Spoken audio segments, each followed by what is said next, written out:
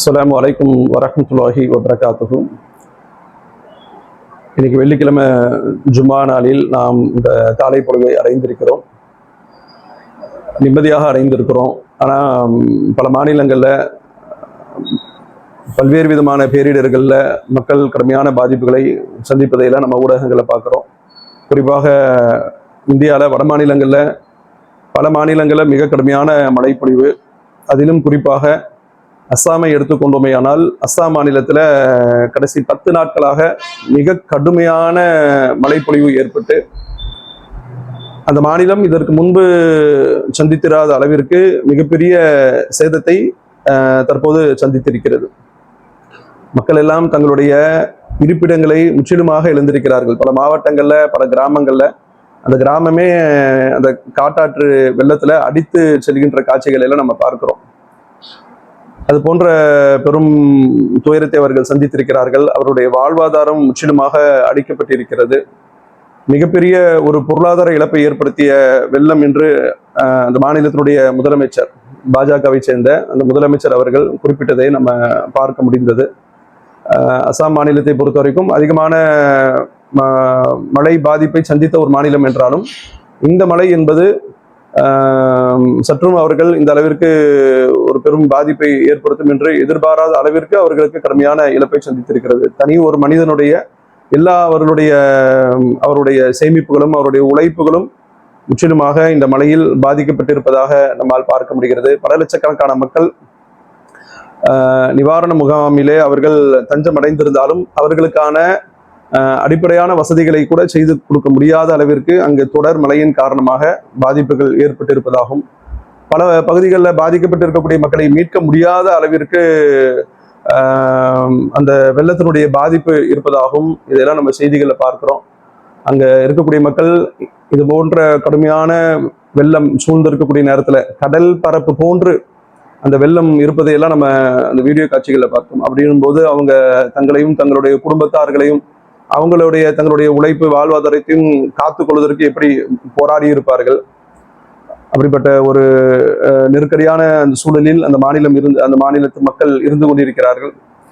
இதுவரையிலும் பார்த்தீங்கன்னா கிட்டத்தட்ட ஒரு 80க்கும் நெருக்கமான மக்கள் உயிரிழந்திருப்பதாகவும் தெரிகிறது. கால்நடைகள் எல்லாம் செத்து மடிந்த அந்த வெள்ளத்தில் அடித்து செல்லுகின்ற காட்சிகளை எல்லாம் கூட நம்மால் பார்க்க முடிந்தது. இப்படிப்பட்ட பாதிப்பை பல பகுதிகளில் இது போன்ற பேரிடர்கள் ஏற்படுத்துகின்றது.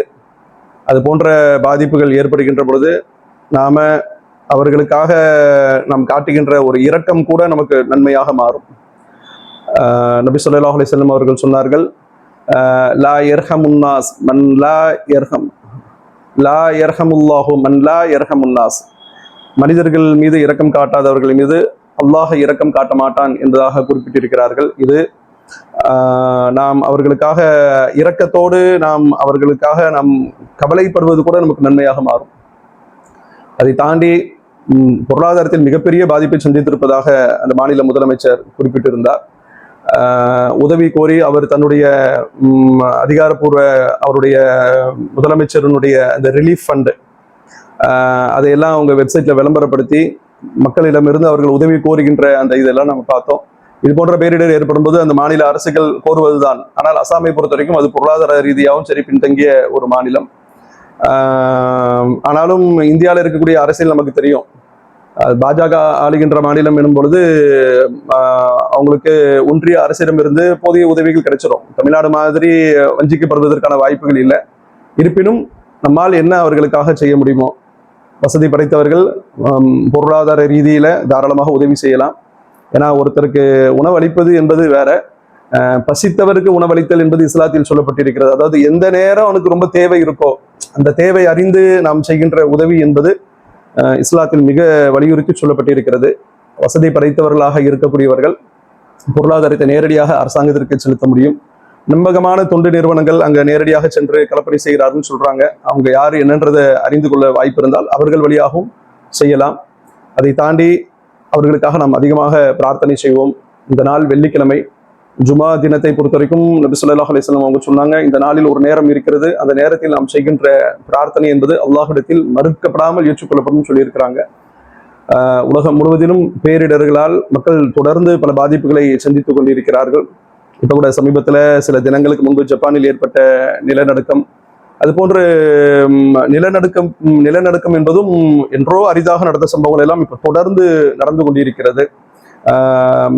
மழை, வெள்ளம், இதனுடைய பாதிப்புகள் என்று தொடர்ச்சியாக பல பாதிப்புகள். பிரான்ஸ்ல பார்த்தோம்னு சொன்னா காட்டு தீ மிகப்பெரிய பாதிப்பை அந்த அந்த பிரான்ஸுக்கும் சரி சுற்றி இருக்கக்கூடிய நெருக்கமான நாடுகளிலும் ஒரு பெரிய பாதிப்பை ஏற்படுத்தி இருப்பதாக. இப்படியான பாதிப்புகள் ஏற்படக்கூடிய நேரத்தில் பாதிக்கப்பட்ட மக்களுக்காக பிரார்த்தனை செய்வோம். அது மட்டும் இல்லாமல் இது போன்று ஏற்படக்கூடிய அத்தனையுமே நமக்கான ஒரு சோதனை தான். அதை நம்புகிற சமுதாயத்திற்குத்தான் நம்மை சுற்றி என்ன நடக்கிறது, இது இறைவனால் நிகழ்த்தப்படுகின்ற ஒரு சோதனை என்பதை புரிந்து கொள்ள முடியும்.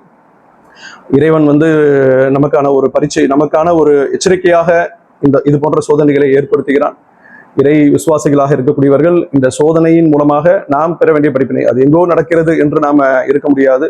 அது நமக்கான ஒரு எச்சரிக்கை. அந்த எச்சரிக்கையை புரிந்து அல்லாஹுக்கு பயந்து நம்முடைய வாழ்வையும் சீராக்கி கொள்வதற்கு நாம் முயற்சிப்போமாக. அல்லாஹ் ரப்பல் ஆலமீன் இது போன்ற சோதனைகளுக்கு உள்ளாக்கப்பட்டவர்கள் விரைவில் அவர்கள் மீண்டு தங்களுடைய சகஜ நிலையை அடைய வேண்டும். யாரெல்லாம் தங்களுடைய குடும்பத்தார்களை இழந்தார்களோ, தங்களுடைய ஒட்டுமொத்த உடைமைகளையும் இழந்தார்களோ, அவர்களுக்கு இறைவன் போதிய சகிப்புத்தன்மையை தர வேண்டும் என்று கூறி நிறைவு செய்கிறேன். அல்ஹம்துலில்லாஹி ரப்பில் ஆலமீன்.